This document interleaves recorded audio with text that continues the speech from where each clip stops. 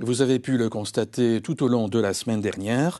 De nombreuses activités ont été organisées durant le week-end des 26 et 27 septembre dernier au parc d'Épinal à Gembloux.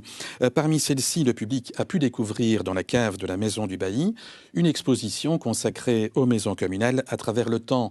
Clin d'œil à l'inauguration de l'hôtel de ville.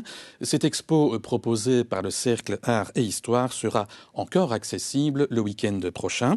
Présentation avec Blandine Rance, Thomas Kiabaye et Hervé Etienne. L'inauguration du nouvel hôtel de ville de Gembloux fait désormais partie intégrante de l'histoire de la cité des Couteliers. Pour célébrer ce moment, le Cercle Royal Art et Histoire s'est plongé dans le passé. Dans cette exposition, de même que dans son dernier bulletin, il vous propose d'en apprendre plus sur les lieux où s'est exercé le pouvoir local.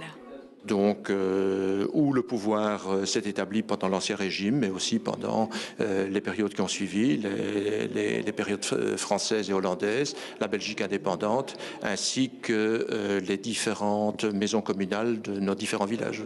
En effet, les villages de l'entité ont été autonomes jusqu'à il y a 50 ans. À cette période, le Conseil central de l'économie estime qu'il y a trop de communes. Selon lui, elles ne coopèrent pas assez entre elles.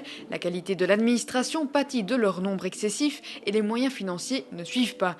On se dirige donc vers deux fusions des communes. Une première fusion en 1965 qui voit le centre de Gembloux absorber, si j'ose ainsi m'exprimer, Hernage, Lonzé, Sauvenière et Grand-Manille.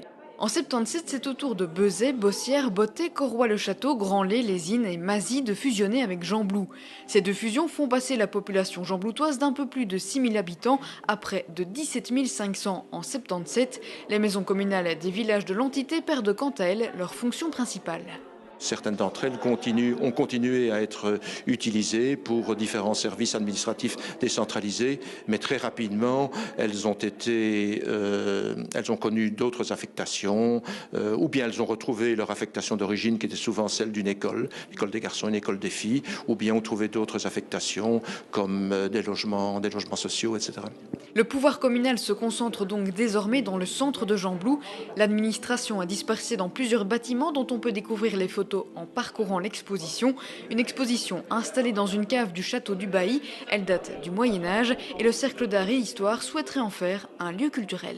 Je pense que cette superbe cave dans les fondations de la Maison du Bailly permet de présenter des artistes, des artisans gembloutois, mettre en évidence nos collections historiques. L'exposition Les maisons communales à travers le temps est donc peut-être la première d'une longue série d'autres qui pourraient prendre place ici et donner ainsi un nouveau souffle à la Maison du Bailly qui a désormais perdu sa fonction d'hôtel de ville.